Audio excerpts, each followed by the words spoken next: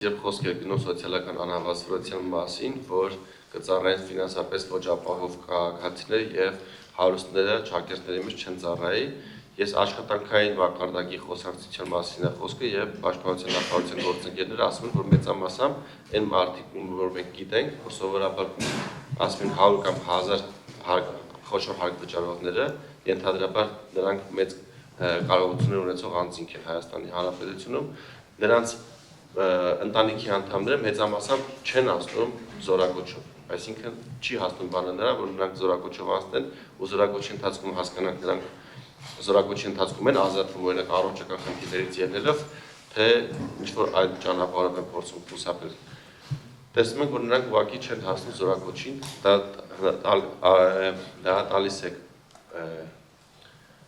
նման կարծիք հայտնելու իրավունք, որ այդ մարդիկ իրենց հարցը լուծել են մինչև զորակոչի տարիքում հայտնվելը։ Ինչ վերաբերվում է պրոֆեսիոնալ բանակում ունենալուն, այո, մենք փորձում ենք հասնել նրան, որպեսզի Հայաստանի Հանրապետությունում պարտադիր զինվորական ծառայության ժամկետը նվազի եւ կամված անցնենք մենք մի իրավիճակի, երբ մեր քաղաքացիները կարճ ժամանակով կանցնեն պարտադիր զինվորական ծառայություն, որից հետո կհաշվառվեն պայեստազորում եւ մի քանի տարիին մեկ կա նաեւ կանցնենք 25 օրյա հավաքներ եւ մենք ունենանք ակտիվ մեծ քանակությամբ պայեստազոր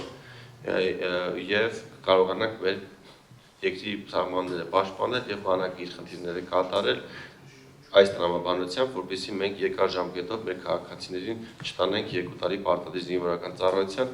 ինչը նաեւ կբարձրացնի ծառայելու գրավչությունը։